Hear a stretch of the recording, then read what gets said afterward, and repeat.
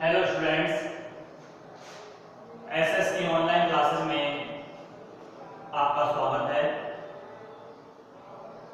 इस online classes के सफर के दौरान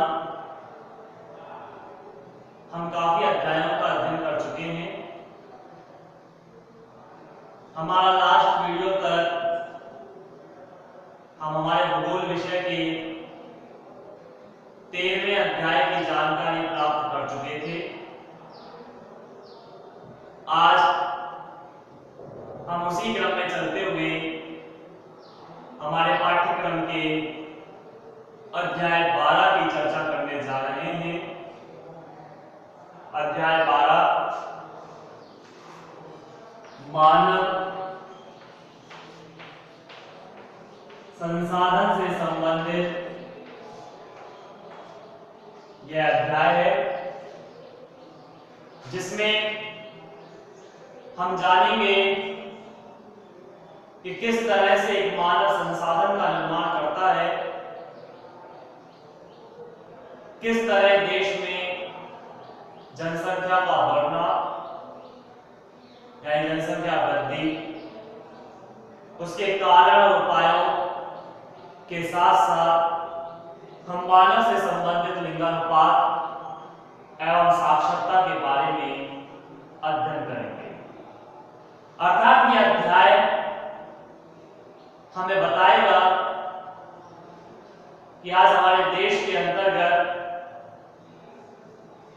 किस तरह से जनसंख्या की वृद्धि दर तीव्र और अति तीव्र हो रही है और उस जनसंख्या वृद्धि के कारण हमें किन नई समस्याओं का सामना करना पड़ रहा है। तो ऐसी तमाम बातों की चर्चा हम इस अध्याय में करेंगे। तो आइए शुरू करते हैं हमारे लेसन मानव संसाधन। मानव संसाधन को पढ़ने से पहले हम जानेंगे सिर्फ संसाधन के बारे में कि संसाधन क्या है। पहले इस शब्द को समझें, उसके बाद आगे के शब्द को जानेंगे। संसाधन प्रकृति द्वारा प्रदत्त वे सभी तत्व जो मानव की आवश्यकताओं को पूरा करते हैं, संसाधन कहलाते हैं। यानी प्रकृति द्वारा प्रदान की गई वे सभी तत्व, वे वस्तुएं, वे पदार्थ जो मानव की आवश्यकताओं को पूरा कर रहे हैं, संसाधन कहलाते हैं। कोई भी पदार्थ तब तक संसाधन नहीं बन सकता जब तक मानव उसका उपयोग नहीं करे। जिस दिन से मानव ने इनका उपयोग करना शुरू कर दिया, उसी दिन से ये संसाधनों की श्रेणी में शामिल होंगे। तो मानव भी एक संसाधन है, क्योंकि मानव की आवश्यकताओं को पूरा कर रहा है। ध्यान रखें, मानव भी एक संसाधन है, क्योंकि मानव की आवश्यकताओं को पूरा करता है। और हमने संसाधन की परिभाषाओं में जाना है कि संसाधन वह हैं जो मानव की आवश्यकताओं को पूरा करते हैं। आज खुद मानव की आवश्यकताओं को पूरा करता है। बहुत से लोगों को कहते हुए सुना है कि मैं अकेला रहूंगा, मुझे किसी के साथ की आवश्यकता नहीं है, मुझे समाज की आवश्यकता नहीं, मुझे देश दुनिया की आवश्यकता नहीं, मैं अकेला अपना जीवन यापन कर सकता हूं। लेकिन गलत है वो लोग जो कहते हैं ये बात, क्योंकि एक अकेला मानव जिंदा नहीं रह सकता। मानव को अपनी आवश्यकताओं की पूर्ति के लिए कहीं ना कहीं किसी ना किसी रूप में दूसरे पर निर्भर रहना पड़ता है। भोजन के लिए अब व्यक्ति कहेगा भोजन तो मैं खुद बना लूंगा, भोजन बना लेगा, लेकिन भोजन जो आएगा, गेहूं जो आएगा, उसे तो कोई और उगाएगा।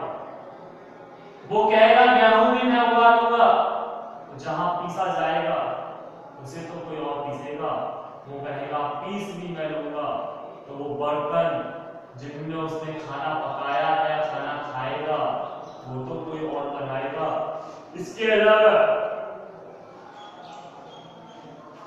भोजन के साथ साथ वस्त्र, आवास और तमाम अन्य आवश्यकताओं के लिए उसे कहीं ना कहीं दूसरे किसी ना किसी के साथ की आवश्यकता पड़ेगी। यदि व्यक्ति अकेला जीवन जीना चाहता है वो जी सकता है, लेकिन जंगल में रहकर आदिवासी की तरह, जंगल में रहकर जंगली जानवरों की तरह कि कंद मूल फल खाए, झुककर नदी में से तालाब में से पानी पिए और नग्न अवस्था में रहे, या पेड़ों की पत्तियों और छालों को अपने शरीर पर लपेटे, वहां किसी के साथ की आवश्यकता नहीं पड़ेगी। लेकिन ऐसा जीवन जीवन नहीं है। तो मानव एक संसाधन है, क्योंकि मानव की आवश्यकताओं को पूरा करता है। एक मानव बेहतर संसाधन तब बनता है जब उसके पास बेहतर शिक्षा हो, बेहतर स्वास्थ्य हो और बेहतर प्रशिक्षण। जितनी ज्यादा उसमें शिक्षा होगी, जितना अच्छा उसका स्वास्थ्य होगा, वह उतना ही बेहतर संसाधन बनेगा। यानी एक मानव उतने ही ज्यादा लोगों की आवश्यकताओं को पूरा करेगा। एग्जाम्पल, एक अशिक्षित व्यक्ति, एक रिक्शा चालक की मैं बात करूं, जो अशिक्षित है बेचारा, जो रिक्शा चलाकर अपने परिवार का लालन पालन कर रहा है किसी भी तरह से, वह अपने रिक्शे में एक बार में कितने व्यक्तियों को बैठा सकता है, आप अनुमान लगा सकते हैं। 4, 5, 6, अधिकतम 10। मैं नहीं समझता कि इससे ज्यादा। तो जब इतने व्यक्ति को एक बार में अपने रिक्शे में बैठा कर चलाएगा, खींचेगा, तो शायद रिक्शा खींचेगा ही नहीं। और मैं मान लीजिए 10 व्यक्तियों को वो एक साथ लेकर चला भी जाता है किसी भी तरह से। लेकिन एक शिक्षित व्यक्ति जो पढ़ा लिखा है, जिसमें योग्यता है, शिक्षा है, मैं एक शिक्षक की ही बात करूं, वह शिक्षक कक्षा में खड़े होकर सामने बैठे हुए 50 से लेकर 100 और 1000 से लेकर 2000 जितने भी छात्र बैठे हैं, उनको शिक्षा प्रदान कर सकता है। यानी वो एक व्यक्ति एक बार में कई लोगों के काम आ रहा है, क्योंकि उसके पास है शिक्षा, लेकिन उस रिक्शा चालक के पास शिक्षा नहीं है। ऐसे में वो अधिकतम लोगों की सहायता नहीं कर सकता। वहीं स्वास्थ्य, सोचो एक व्यक्ति खुद बीमार है, रोगों से ग्रस्त है, जिसे खाट से उठा नहीं जा रहा, क्या ऐसा व्यक्ति किसी की सहायता कर पाएगा? शायद नहीं। लेकिन यदि किसी का स्वास्थ्य बेहतर है, जो शरीर से हष्ट-पुष्ट है, वो अधिक से अधिक लोगों की सहायता कर सकेगा। तो एक मानव को मानव संसाधन, उसकी शिक्षा और बेहतर स्वास्थ्य बनाता है। जिस देश के अंतर्गत जितना बड़ा मानव संसाधन होगा, वह देश उतना ही विकास करेगा। यानी मैं ये कहूं कि जिस देश के अंदर जनसंख्या जितनी अधिक होगी, उस देश का विकास उतना ही अधिक होगा। हो सकता है आप मेरी बात से सहमत ना हो, लेकिन ये सही है। बढ़ती हुई जनसंख्या कभी भी किसी देश के लिए खतरा नहीं होती।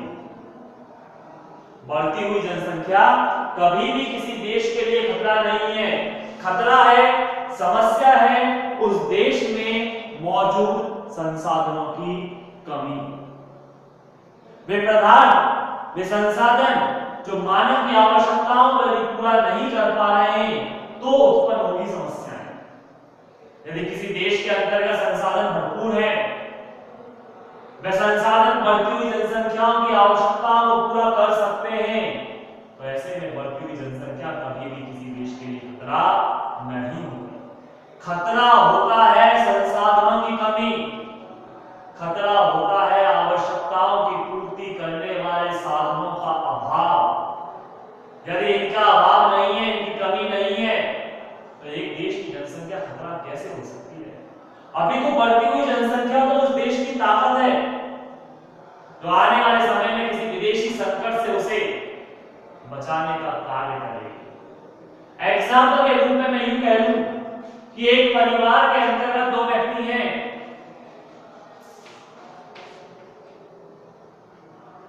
एक परिवार के अंतर्गत दो व्यक्ति हैं और इन दो व्यक्तियों के पास 8 रोटी है और ये दो व्यक्ति 8 रोटी को आराम से 4-4 रोटी खा लेते हैं और अपना पेट भर लेते हैं। लेकिन अगर यहाँ 3 व्यक्ति हो जाते हैं, एक और हो जाता है और रोटियों की संख्या अभी भी 8 है, तब होगी इनके लिए समस्या, क्योंकि अब इन्हें 8 रोटी में से ही 3 भाग करने होंगे जो इनकी आवश्यकता को पूरा नहीं कर पाएंगे। लेकिन सोचो अगर रोटियों की संख्या 16 है और खाने वाले भी 2 हैं और रोटी खाते हैं 4-4, तो अभी भी 8 रोटियां बच रही हैं। अगर एक तीसरा व्यक्ति भी आ जाए तो क्या समस्या होगी? नहीं, तीसरा व्यक्ति भी इनमें से 4 रोटी खा लेगा और तीसरा क्यों, अगर चौथा भी आ जाए तो उसका पेट भी भर सकता है। तो कहां हुई समस्या? बढ़ती हुई जनसंख्या। अगर बढ़ती हुई जनसंख्या समस्या होती तो यहां भी चल रही थी, लेकिन यहां देखो 2 से 3 होने में ही समस्या हो गई, क्योंकि पहले रोटियों की संख्या थी सिर्फ 8, लेकिन जब रोटियों की संख्या 16 है तो 4 होने में भी कोई समस्या नहीं है।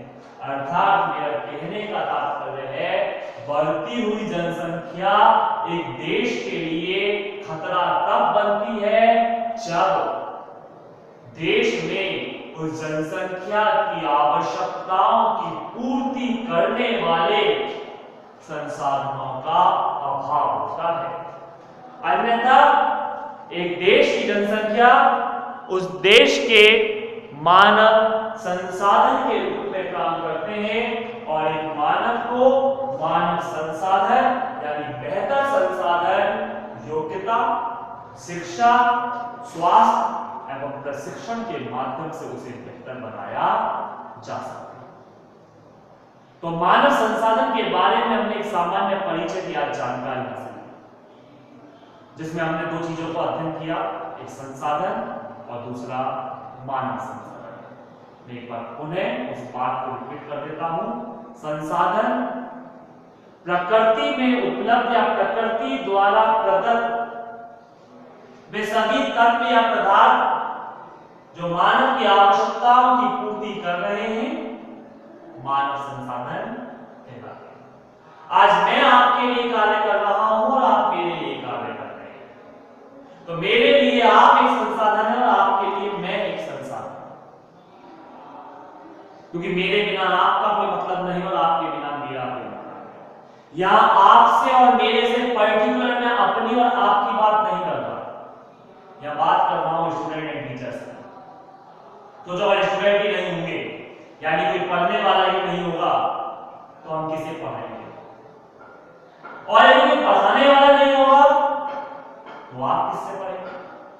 अब आपका ये सवाल आ सकता है कि सर हम तो इंटरनेट से पढ़ लेंगे, लेकिन इंटरनेट पर भी तो अपलोड किसी ने किया होगा, इंटरनेट पर भी तो आविष्कार किसी मानव ने किया। जिस इंटरनेट का आप उपयोग इस मोबाइल, लैपटॉप, कंप्यूटर पर कर रहे हैं, उसे भी तो किसी मानव ने ही किया। यानी हर तरफ कहीं ना कहीं किसी न किसी के साथ की आवश्यकता पड़ती है और एक मानव बेहतर संसाधन तब बनेगा जब उसमें बेहतर योग्यता होगी, उसके पास बेहतर शिक्षा होगी, बेहतर उसका स्वास्थ्य होगा, बेहतर उस पर तकनीकी ज्ञान होगा, तब वह बेहतर संसाधनों की श्रेणी में शामिल होगा। तो संसाधन के इस परिचय के अंतर्गत आज इतना ही काफी है। कल जनसंख्या से संबंधित हम बातों की चर्चा करेंगे, जिसमें बढ़ती हुई जनसंख्या के कारण, जनसंख्या वृद्धि के प्रकार और इन समस्याओं का समाधान किस प्रकार से किया जा सकता है आदि की विस्तार से चर्चा होगी। तो तब तक के लिए धन्यवाद।